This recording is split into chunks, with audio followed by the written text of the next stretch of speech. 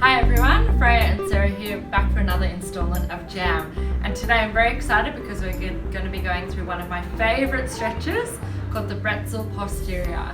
Now, Sarah and I have shown you the Bretzel Anterior before, which works the front of your body. This stretch today will work the back of your body.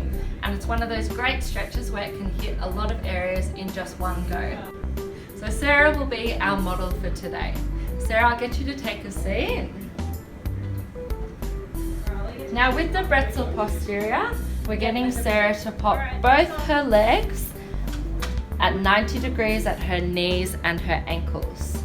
From here, she's going to take her hands and walk them all the way around over that front leg. Now, as you can see, we've got her back in this beautiful rotation position, stretching it all out, as well as her hips and her hammy stretching.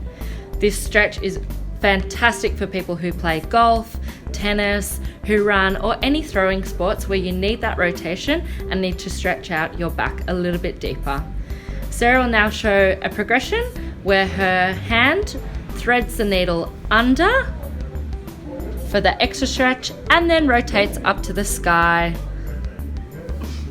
for a beautiful open stretch of the chest.